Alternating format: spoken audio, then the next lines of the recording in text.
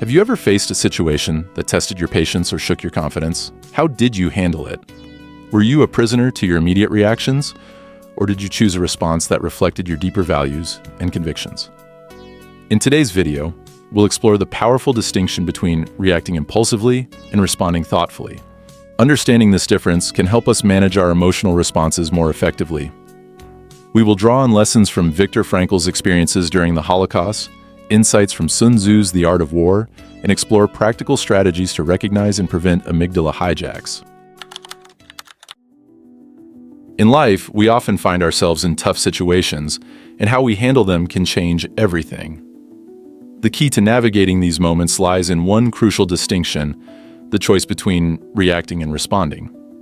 Reacting is when we let our emotions take control, pulling us into a cycle of impulsive decisions and potential regrets. It's like being a puppet on strings, yanked around by whatever we're feeling in the heat of the moment. When we react without thinking, we're not truly in control. We're just following old, unconscious patterns. Think of the times you've snapped back in anger when criticized, or spiraled into anxiety when things didn't go as planned. These are everyday examples of how reactivity can dominate our behavior. Many of the challenges we face are self-created.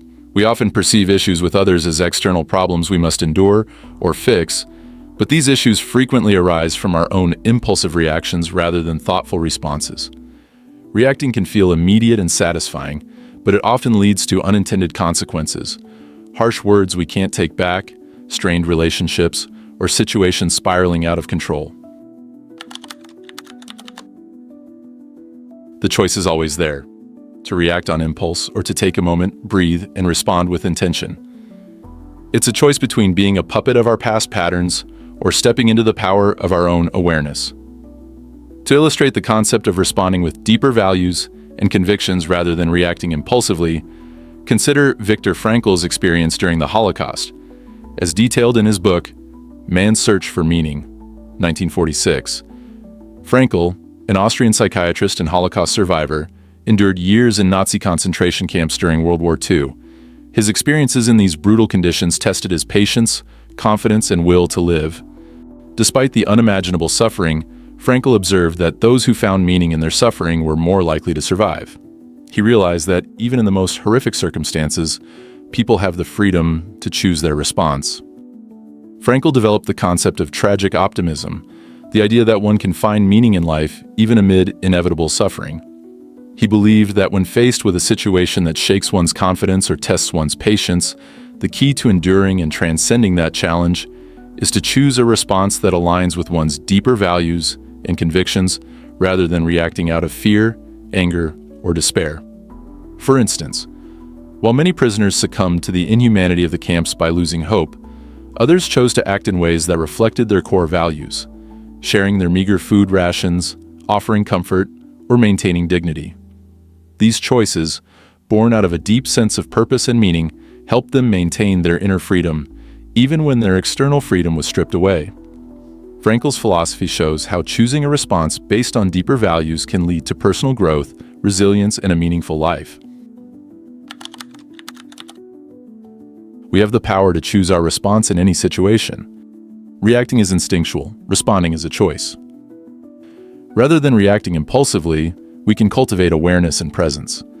This allows us to act in line with our values, helping us maintain integrity, build resilience, and find purpose. Training your mind to respond thoughtfully rather than react involves developing this awareness and clarity, enabling you to handle challenges with intention. To understand the difference between responsiveness and reactiveness, it's important to know how different parts of the brain influence our behavior, specifically the amygdala and the frontal lobe. The amygdala is part of the limbic system, responsible for controlling our emotional and behavioral responses. It triggers the fight or flight reaction, a survival mechanism that prepares us to face or escape danger. While this was crucial for our ancestors, today it's often activated by psychological stressors like anxiety, anger, or fear. When the brain senses a threat, the amygdala reacts instantly, releasing stress hormones and causing what psychologist Daniel Goleman calls an amygdala hijack. During this hijack, the emotional part of the brain takes over, bypassing rational thought and leading to impulsive often irrational, reactions. This can result in inappropriate behavior, followed by feelings of embarrassment and regret after the amygdala hijack. In contrast, the frontal lobe manages higher-order functions like reasoning, decision-making, and planning. It allows us to evaluate our emotions and choose how to respond. This process is slower and more deliberate, giving us the chance to align our actions with our values and long-term goals. In The Art of War, Sun Tzu presents a principle that aligns with the idea of responding rather than reacting, emphasizing the importance of strategic patience and calculated action.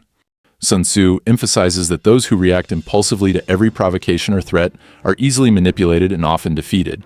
Instead, he advocates understanding the situation fully, recognizing one's strengths and weaknesses, and acting only when the moment is right. This approach is about maintaining control over one's actions and choosing responses that align with long-term goals rather than short-term emotions. One of Sun Tzu's famous quotes, "If your opponent is of choleric temper, seek to irritate him. Pretend to be weak, that he may grow arrogant," illustrates how understanding and manipulating the reactive nature of an opponent can be a powerful strategy. It also serves as a warning: if you react without thinking, you become predictable and vulnerable. The successful general, according to Sun Tzu, does not let the enemy dictate his actions through provocation. Instead, he remains calm, patient, and deliberate, waiting for the opportune moment to strike. This is not about avoiding action, but about ensuring that when action is taken, it is done with full awareness and in alignment with a broader strategy. Sun Tzu's teachings highlight the importance of responding with clarity and intention rather than reacting out of anger, fear, or impatience. Managing amygdala hijacks is key to controlling impulsive reactions. An amygdala hijack triggers an automatic fight or flight response, but with practice you can regain control by recognizing your body's signals when you're stressed or threatened. Sometimes, stopping an amygdala hijack in the moment may be challenging, but reflection afterward can help you understand and manage triggers over time. Techniques like controlled breathing and mindfulness can shift your focus from impulsive reactions to rational responses. This leads us to practical steps you can take to respond thoughtfully. First, pause. When you feel a strong emotion, take a moment to breathe. This pause creates a crucial space between the stimulus, what just happened, and your response, what you decide to do next. Second, acknowledge your feelings. Recognize what you're feeling in the moment. Say to yourself, "I'm feeling angry right now," or "the situation is making me anxious." Acknowledging your emotions helps bring awareness to your state of mind. Third, consider your options. Take a moment to think about the different ways you could respond. What are the possible outcomes of each choice? Finally, choose wisely. Pick the response that best aligns with your values and is most likely to lead to a positive outcome. The beauty of this approach lies in its proactive nature. Instead of waiting for triggers to throw you off balance, you can start to anticipate them. Develop strategies and responses ahead of time. This preparation might include identifying common triggers, understanding your emotional reactions to them, and practicing techniques such as mindfulness or deep breathing to stay calm and focused. By shifting from a reactive to a proactive mindset, you gain control over your responses and reduce the impact of negative emotions.